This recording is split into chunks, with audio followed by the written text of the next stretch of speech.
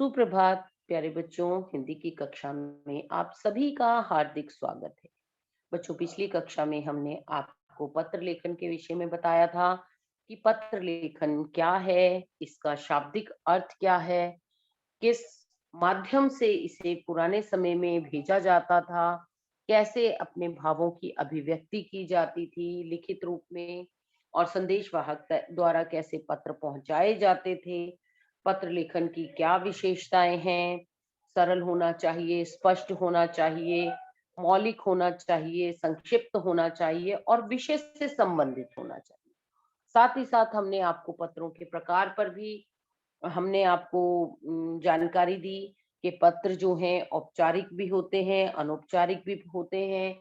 औपचारिक पत्र में औपचारिकता अदा की जाती है, शिष्टाचार होता है, अभिवादन होता है, नपी तुली बात होती है और संयत भाषा का प्रयोग होता है, क्योंकि ये हम कार्यालयी अधिकारियों को लिखते हैं, उच्च अधिकारियों को लिखते हैं।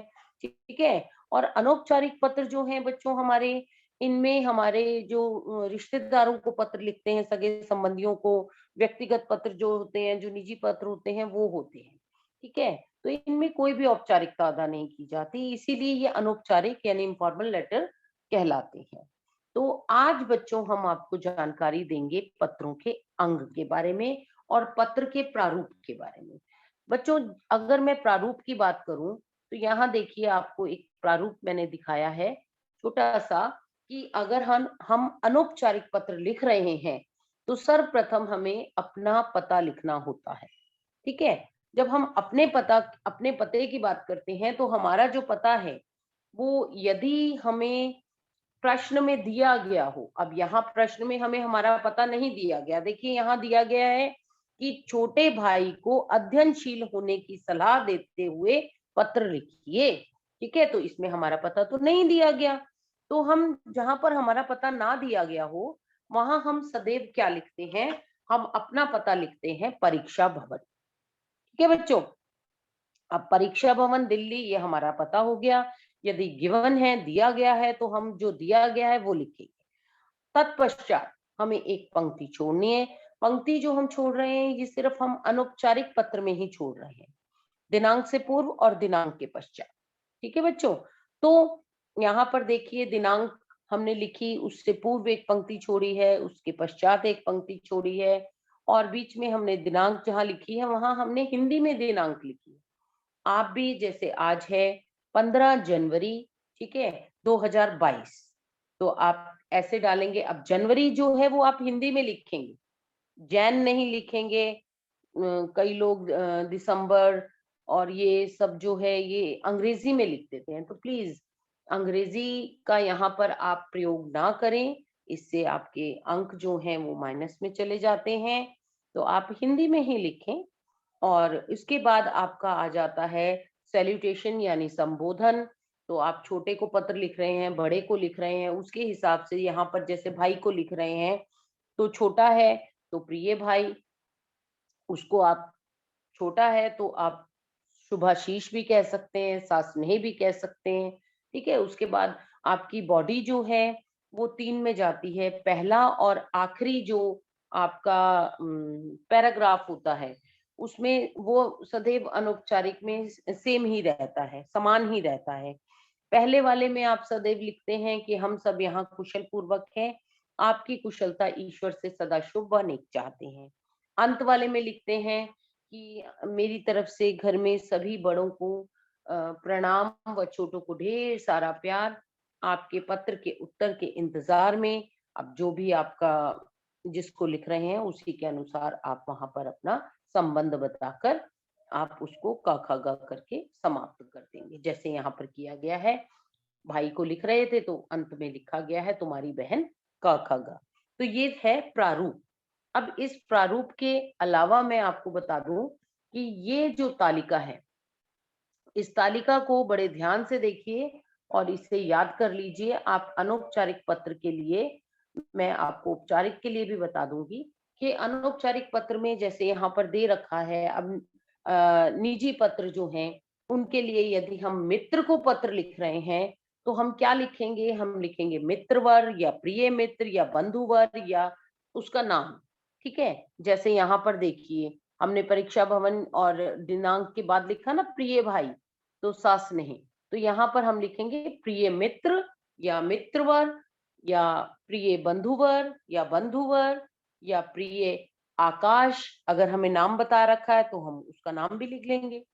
ठीक है। और उसके बाद यहाँ पर देखिए अभिवादन में जैसे सास नहीं लिखा हुआ है, तो यहाँ पर हम क्या लिखेंगे, मधुर स्मृति सास नहीं। क्यों? क्योंकि यहाँ पर जो है हमारा हमसे मित्र जो है, हम उसको प्यार भी लिख सकते हैं, मधुर स्मृति भी लिख सकते हैं। और समापन में जैसे यहाँ पर हमने आपको दिखाया, जैसे तुम्हारी बहन का ख ग लिखा है, इसी प्रकार से यहाँ समापन में हम क्या लिखेंगे, तुम्हारा अभिन्न मित्र, चिर स्नेही मित्र, तुम्हारा मित्र या तुम्हारा अपना। इस तरीके से हम उसका समापन करेंगे। और का ख ग यदि हमें दिया गया है हमारा नाम, तो नाम लिखेंगे। ठीक है। तो आगे देखिए, छोटों को अगर पत्र लिख रहे हैं, मैं अपने छोटे भाई को, बहन को लिख रही हूँ, भाई है तो अनुज, बहन है तो अनुजा। ठीक है। तो प्रियवर, परम प्रिय, ठीक है, ये शब्दों का मैं प्रयोग कर सकती हूँ आरंभ में, सैल्यूटेशन के लिए, संबोधन के लिए। अभिवादन के लिए मैं क्या लिख सकती हूँ, छोटा है तो मैं उसको आशीष दे सकती हूँ, तो शुभाशीष, सास्नेह। ठीक है। और समापन में मैं क्या लिख सकती हूँ, तुम्हारा शुभचिंतक, तुम्हारा हितैषी, तुम्हारा शुभाकांक्षी। तो इस तरीके से हम यहाँ पर अपने पत्र को जो है वो हम समाप्त कर सकते हैं। अब यदि मैं लिख रही हूँ अपने गुरुजनों को, माता पिता को, दादा दादी को, अन्य बड़े बुजुर्गों को, तो मैं क्या लिखूंगी, आरंभ में मैं लिखूंगी आदरणीय या पूजनीय या माननीय या पूज्य या श्रद्धेय या परम पूज्य। इनमें से किसी भी शब्द का मैं प्रयोग कर सकती हूँ अपने गुरुजनों के लिए, बड़ों के लिए। ठीक है। सैल्यूटेशन में, संबोधन में। और अभिवादन में क्योंकि बड़े हैं, मैं उनको सादर प्रणाम कह सकती हूँ, सादर चरण स्पर्श कह सकती हूँ, सादर नमस्कार कह सकती हूँ। ठीक है। और समापन में मैं अंत में उनको कह सकती हूँ आपका आज्ञाकारी या आपकी आज्ञाकारिणी। ठीक है। आपका पुत्र या आपकी पुत्री, आपका स्नेहाकांक्षी, ठीक है, या आपकी स्नेहाकांक्षी। तो इस तरीके से मैं पत्र जो है उसमें अपना समापन कर सकती हूँ। और ये प्रारूप मैंने आप सभी को बता दिया। ठीक है। अब यहाँ पर हमने आपको असाइनमेंट के रूप में 3 पत्र दिए हैं। तो आप देखिए, पहला वाला पत्र जो है वो छोटे भाई को लिख रहे हैं, तो प्रिय अनुज लिख लूंगी मैं। ठीक है। शुभाशीष लिख दूंगी मैं, उसको छोटा भाई है मेरा, मैं उसको आशीष भी दे सकती हूँ। ठीक है। तो मैंने क्या लिखना है, परीक्षा भवन दिल्ली, एक पंक्ति छोड़कर 15 जनवरी 2022, फिर एक पंक्ति छोड़कर प्रिय अनुज, शुभाशीष। ठीक है। अब मैंने बॉडी में उसको 3 में मैंने डिवाइड कर देना है। पहले मैंने उसको कहा कि हम सब यहाँ पर कुशल पूर्वक हैं, तुम्हारी कुशलता ईश्वर से सदा शुभ अनेक चाहती हूँ। दूसरे पैराग्राफ में जिस रीजन से लेटर लिख रही हूँ, तो छोटे भाई को अध्ययनशील होने की सलाह देते हुए मैं पत्र लिख रही हूँ। अध्ययनशील क्या हुआ कि उसको पढ़ते रहना चाहिए। ठीक है। तो मुझे यह जानकर बहुत ही प्रसन्नता हुई कि तुम्हारे अंक जो हैं वो प्रथम सत्र में तुम्हारे अंक बहुत ही अच्छे आए हैं। तो मुझे इस बात की बड़ी प्रसन्नता है। मेरी शुरू से ही यही आशा है, मैं शुरू से ही मैं यह उम्मीद करती हूँ कि तुम जो हो अच्छे अंकों में उत्तीर्ण हो।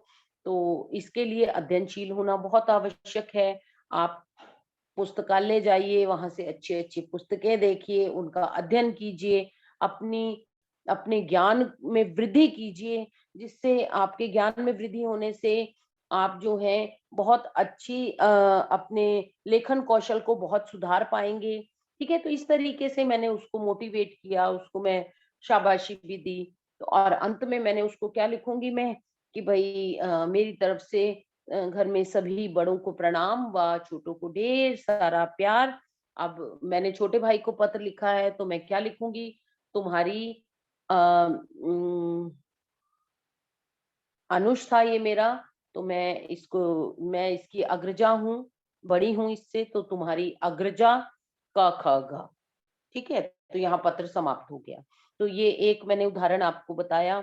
अब दूसरे में यदि मैं बात करूँ तो अपनी भूल के लिए क्षमा माँगते हुए पिताजी को। अब पिताजी को लिख रहे हो तो आदरणीय पिताजी, सादर प्रणाम, फिर बॉडी जो है वो मेरी फर्स्ट और लास्ट सेम रहेगी, और रीज़न जो है क्षमा माँगते हुए मैंने बीच वाला जो रीज़न है उसको चेंज कर देना है। अंत में मैं क्या लिखूँगी? मैं लिखूँगी पिताजी को लिख रही हूँ, तो आपकी पुत्री क ख ग। तीसरा पत्र देखिए, छात्रावास में रहने का आनंद विषय पर अपने मित्र को पत्र लिखिए। तो छात्रावास क्या हुआ? हॉस्टल, ठीक है? अब उसमें रहने का क्या आनंद है, आप इस विषय पर अपने मित्र को लिख रहे हैं, तो मित्र को आप लिखेंगे प्रिय मित्र, सस्नेही, ठीक है? तो इस प्रकार से आप फिर फर्स्ट और लास्ट वाला आपका सेम है बॉडी में, और जिस वजह से आप लिख रहे हो आप उसको एक्सप्लेन करोगे, और अंत में आप लिखोगे कि तुम्हारा मित्र, या आप अपने मित्र को लिखा ना आपने, और तुम्हारा मित्र का खागा। तो इस प्रकार से हम इसका समापन करेंगे, अंत करेंगे। तो बच्चों, आशा है आप इसे समझे होंगे, तो आप इसका अभ्यास कीजिए तीनों पत्रों का, तो आपका हौसला और खुलेगा। और आप, यदि आपको इसमें कोई संशय हो, आपको कोई चीज में किसी भी प्रकार का संशय हो पत्र लिखने में, तो आप अगले कालांश में अपने संशय का निवारण कर सकते हैं। अगले कालांश में हम आपको औपचारिक पत्र का भी अभ्यास कराएंगे, उसके भी प्रारूप से अवगत कराएंगे। और अभी समय समाप्त हो रहा है, इसलिए हम आपसे अनुमति चाहते हैं। तब तक के लिए धन्यवाद।